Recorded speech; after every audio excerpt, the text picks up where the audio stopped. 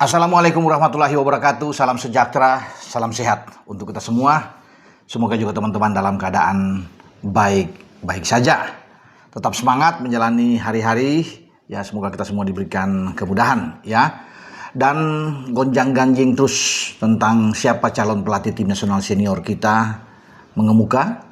Terakhir bahkan muncul nama Timur Kapadze ya dari Uzbekistan, dan dia sudah mengatakan mundur dari tim kepelatihan Uzbekistan karena saat ini kan dia menjadi asisten setelah membawa sukses Uzbek ini lolos ke Piala Dunia pertama kali dalam sejarah tentunya. Kemudian posisi dari Timur Kapadze turun jadi asisten karena Federasi Sepak Bola Uzbekistan itu mengambil keputusan untuk mengontrak pemain ex pemain Italia legendaris ya, itu Fabio Cannavaro yang juga pernah menangani tim China. Nah, dia menjadi asisten tentunya agak kurang begitu oke dirasakan oleh Timur Kapadze, dan akhirnya dia mengambil keputusan untuk menarik diri mundur. Itu pun seiring dengan rumor yang kencang berhembus bahwa Federasi Sepak Bola Indonesia atau PSSI sedang membidik Timur Kapadze, dan Timur sudah menyatakan tentang bahwa dia ingin ya, dia membuka kesempatan untuk bisa bernegosiasi dengan PSSI dan menjadi pelatih kepala tim nasional kita. Tinggal tergantung bagaimana kedepannya ini. Tentunya urusan bagi federasi PSSI karena direktur teknik juga sudah mendapatkan itu ya, nama dari Timur Kapadze yang kemarin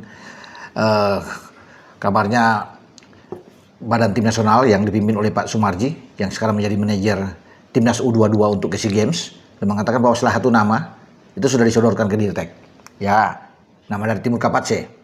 Nah, sebelum-sebelumnya juga kan Ketua Umum PSSI Pak Erick Thohir sudah mengatakan bahwa dari 10 nama mengerucut jadi 5. Jadi 5 itu sudah tolak, nggak bisa. 5 sekarang sedang dipertimbangkan. Nah, mungkin saja salah satu di antara 5 itu adalah Timur Kapadze. Dan ketika kemarin ada kode-kode tipis-tipis yang diberikan oleh dari BTN, saya pikir wajar-wajar saja. Kalau Timur Kapadze dia pelatih yang bagus, masih muda juga, masih 44 tahun, jadi oke, saya pikir ya, masih fresh ya, jadi cocok lah kalau PSSI bisa mendapatkan dia. Namun dari hasil ya bagaimana obrolan saya dengan Pak Ketua bulan lalu itu bahwa kalau bicara soal pelatih, yang ketika saya tanya dari mana yang paling enak untuk ya presentasi tertinggi, Pak kata Pak Erick itu di Eropa ya, presentasi tertinggi. Tapi bukan berarti harus dari Eropa karena kan nama Timur kan sudah mengemuka saat ini. Nah, nama-nama lain bisa saja karena sudah banyak yang berhembus kan ini. Mau apa, Frank de Boer, siapapun, Philip Cocu misalnya ya yang ada. Kemudian ada Jesus Casas ya, mulai dari Eropa, Paulo Bento misalnya, semua ada di sana. Ya itu tergantung PSSI melihat, bahkan dengan ex pelatih yang membawa Australia juara Asia 2015 yang pernah menangani Tottenham Hotspur, membawa Tottenham Hotspur juga bisa menjadi juara di Liga Eropa setelah mengalahkan MU. Ange Postecoglou juga ini pelatih yang bagus secara statistik, rekornya, CV-nya oke. Nah, semua bisa saja nama-nama ini ada di dalam PSSI antara 5 nama itu. Tapi juga nama terakhir yang hari ini mengemuka ketika saya membuat konten ini yaitu pelatih Islandia, Heimir Hallgrímsson. Katanya konon bisa untuk di hire oleh PSSI, tapi dia masih menangani Islandia kan, ikut di pra Piala Dunia saat ini ya. Setelah kalah lawan Armenia kemarin memang namanya agak tadinya mau diperpanjang tapi mungkin ditunda ya karena posisinya Islandia ada di posisi ketiga ya, dengan tergantung nanti 2 pertandingan terakhir tentunya bagi Islandia. Nah, kalau Heimir ada di antara 5 berarti sudah ada Timur Kapadze, kemudian ada Heimir misalnya ada di sana, mungkin saja Jesus Casas mungkin ya, Frank de Boer misalnya ada, yaitu nama-nama yang bisa ada. PSSI saat ini sedang hati-hati sekali menyeleksi calon pelatih tim nasional untuk tidak jatuh lagi ke lubang yang sama ketika sebelumnya memutus kontrak bagi STY dan pada Januari awal itu setelah tanggal 6 Januari STY putus, tanggal 8 kemudian datanglah Patrick Kluivert.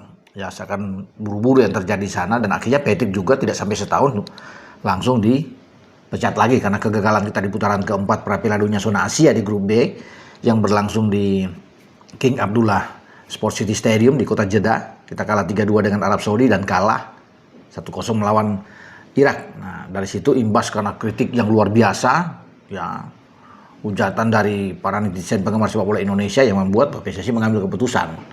Ya, Pak Ketua Umum memberhentikan satu gerbong full Patrick Kluivert dan kawan-kawan, ya, termasuk dua asisten. Ya, kita tahu Alex Pastoor dan Nilanza juga ikut di dalam. Ya, kemudian ada Gerald Van den Berg yang melatih di U23 yang gagal di Piala AFF dan juga di kualifikasi Piala Asia. Ya, yang U23, ya, ada Van Kempen juga di U20 juga dipecat dan lain-lain, ya, pelatih fisik, ya, kemudian semua analisis itu yang ada di dalam gerbong PK itu dipecat. Sehingga mau tidak mau PSSI harus mencari pelatih baru. Ya, sayang memang melewati FIFA Matchday yang ditunggu-tunggu orang untuk timnas senior kita, tapi akhirnya tidak memanfaatkan itu. Jai Isyah dan kawan-kawan tidak bisa bermain karena dengan alasan menunggu pelatih yang baru untuk bisa menangani timnas senior. Nah, jatah itu untuk memanfaatkan tanggal FIFA Matchday dilakukan oleh PSSI dengan mengutus timnas U22 yang dipersiapkan ke SEA Games di bawah coach Indra Safri, ya, untuk bertanding dalam sebuah uji coba. Nah, kita sudah tahu semua teman-teman, ya, karena jadwal uji coba tim U22 itu akan berlangsung pada tanggal 15 dan 18 dua pertandingan. Ya, dimainkan di Stadion Pakansari, ya, Kabupaten Bogor melawan Mali. Ya, jadi itu yang ada saat ini, tapi tidak akan berpengaruh juga dalam peringkat FIFA, ya, tidak ada hitung-hitungan karena ini cuma tanggal tersebut dimanfaatkan oleh timnas U22, teman-teman. Jadi kalau dia mengatakan bahwa ini berpengaruh, enggak, kita stuck aja.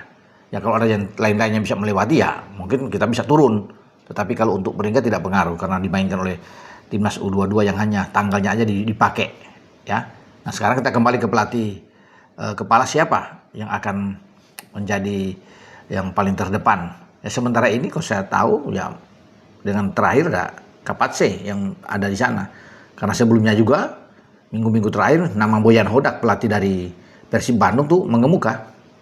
Ya, kuat bahwa bisa juga menangani tim nasional. Tetapi kan dia sedang menangani Persib saat ini, sedang fokus di AFC Champions League 2, di mana Persib sedang memimpin klasemen sementara, berpotensi untuk bisa lolos. Ya, saya pikir dengan poin 10 saat ini mereka hanya butuh satu kali imbang untuk bisa menguasai klasemen di atas. Ya, dan ini agak berat bagi manajemen Persib untuk bisa melepas Boyan Hodak. Juga para boboto, ya, para pendukung fanatik dari Maung Bandung ini mungkin agak keberatan. Ya, mereka lebih menginginkan Boyan Hodak, ya, sebagai pelatih di Persib Bandung jangan diganggu juga untuk masuk ke tim nasional. Ya, tapi tergantung dari PSSI juga berbicara dengan manajemen Persib. Jadi nama-nama itu masih mengapung semuanya, belum bisa dipastikan, meski sekali lagi nama Kapatse itu seakan berada di pole position kalau kita bisa melihat, ya, saat ini. Tapi ya kita tunggu saja teman-teman, ya, untuk perkembangan selanjutnya tentang siapa 5 nama ini yang pasti PSSI akan mengumumkan. Mungkin saja di bulan Desember atau di awal Januari 2026 seperti ketika mengumumkan saat masuknya PK ketika itu, ya. Kita tunggu saja. Dengan saya Bung Ropan. Ciao.